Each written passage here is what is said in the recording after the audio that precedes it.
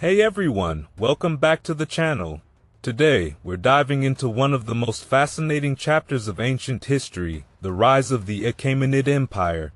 This story begins in a land far to the east of the Zagros Mountains, on a high plateau that stretches all the way towards India. Now, picture this. While Egypt was dealing with the Hyksos invaders, a wave of nomadic tribes was moving down from the north of the Caspian Sea into this region and eventually into India. By the time the Assyrians had built up their new empire, another wave of these tribes had spread out between the Zagros Mountains and the Hindu Kush.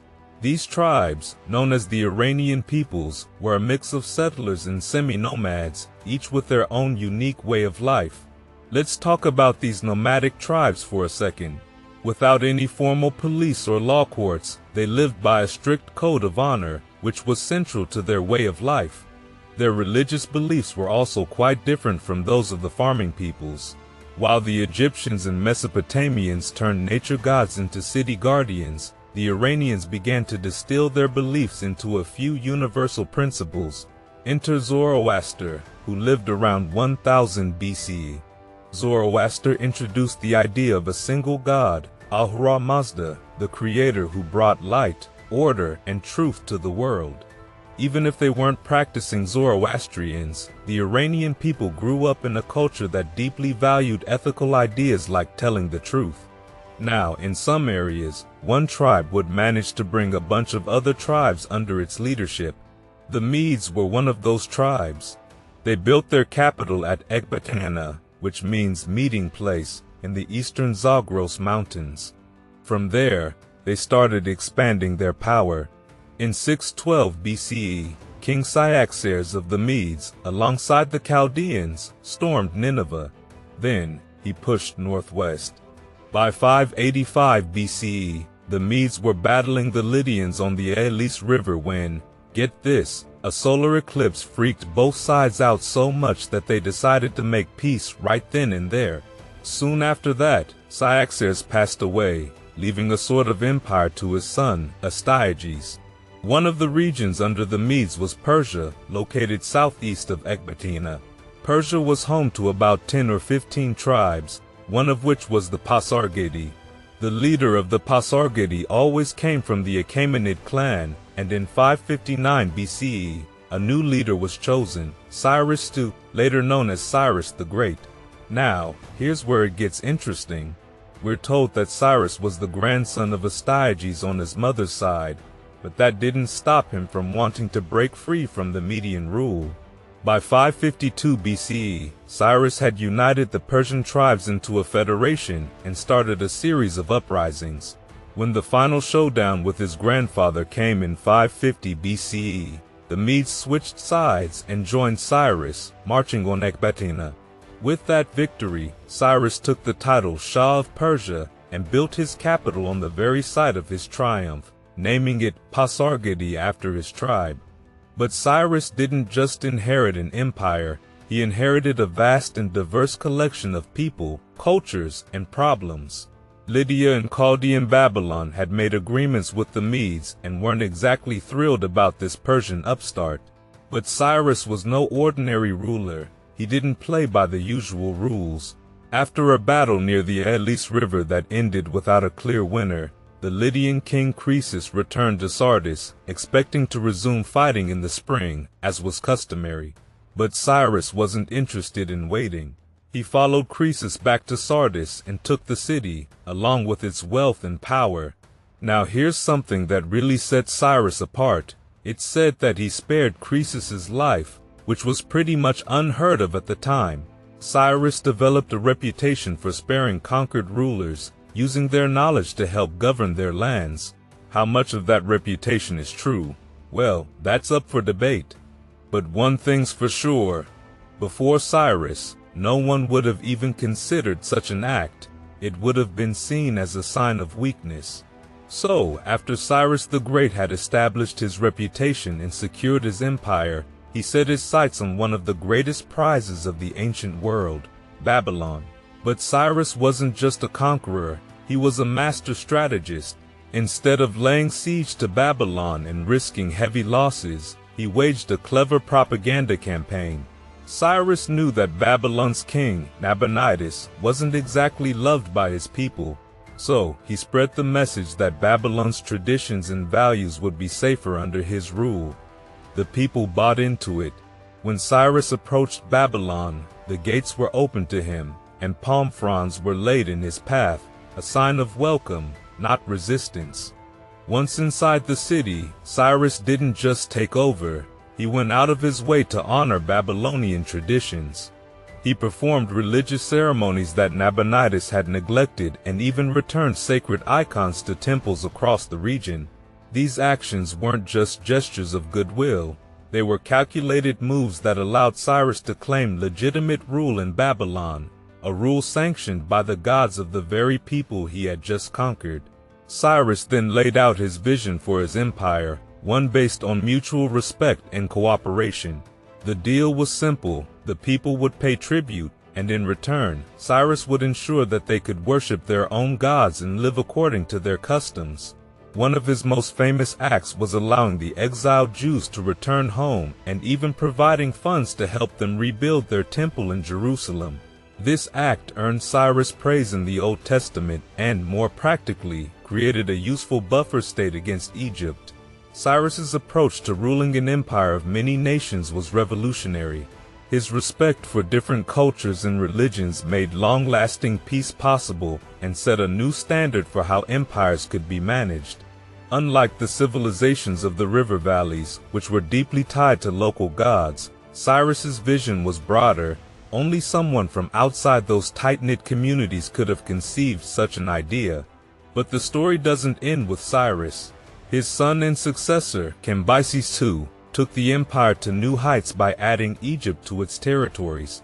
However, things didn't go smoothly for long. While Cambyses was in Egypt, a revolt broke out back home.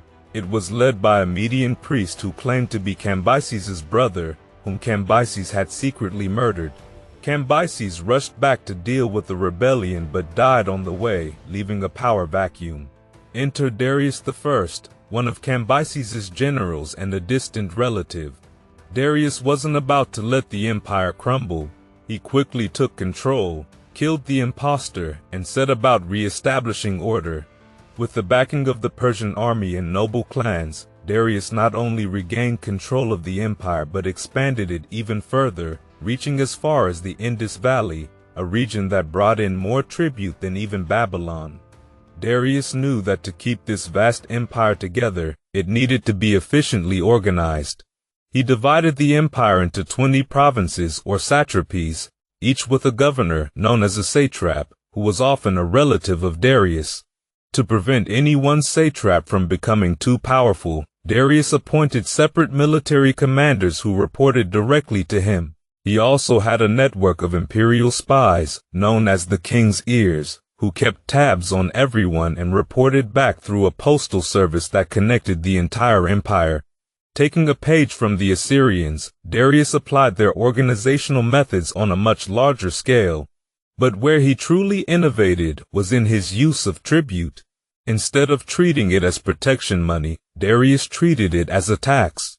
He used this revenue to build a navy, invest in public projects like irrigation and roads, and even dig a canal between the Nile and the Red Sea. He also introduced a common currency, making it easier for people to work and trade across the empire.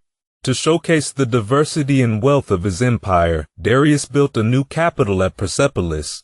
Here, he brought together craftsmen from all over the empire to create a city that displayed the artistic styles of every culture under Persian rule, all within a Persian architectural framework.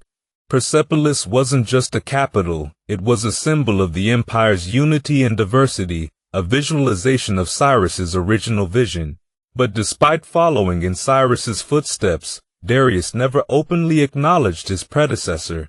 He seemed to have a bit of a chip on his shoulder about not being from Cyrus's direct line.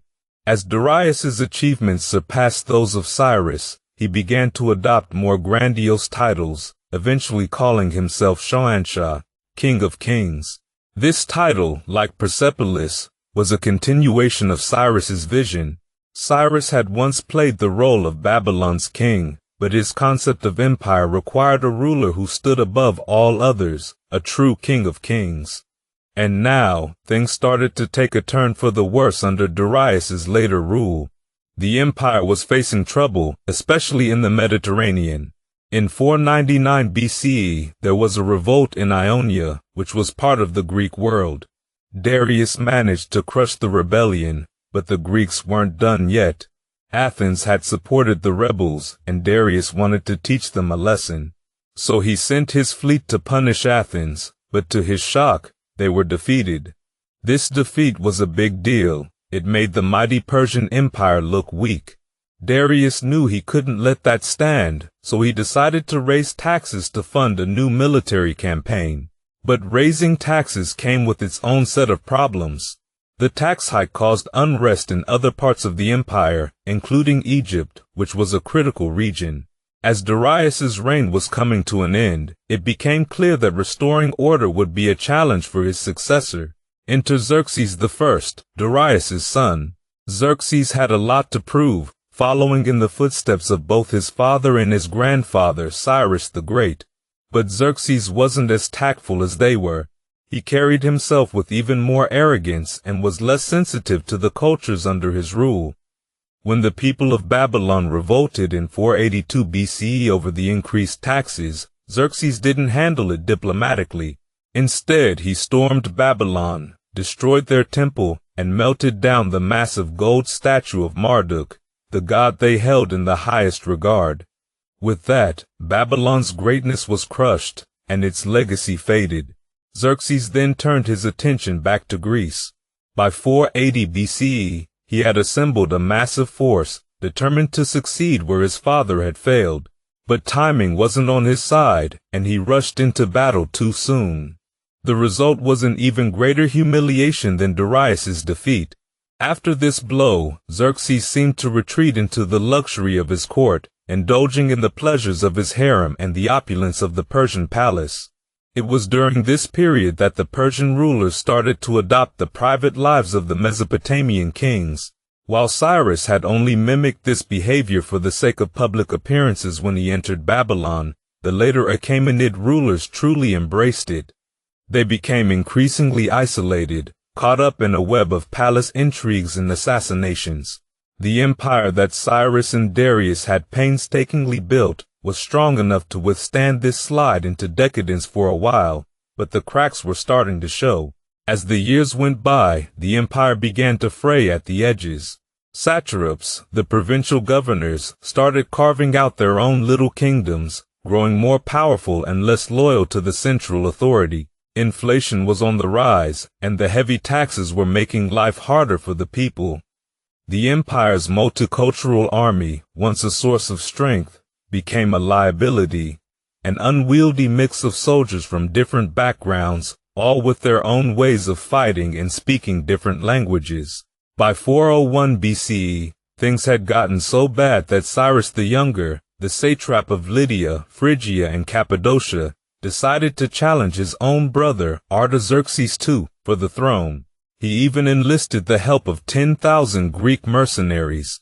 Although the coup ultimately failed, the Greeks who survived and returned home brought back crucial information about the inner workings of the Persian Empire.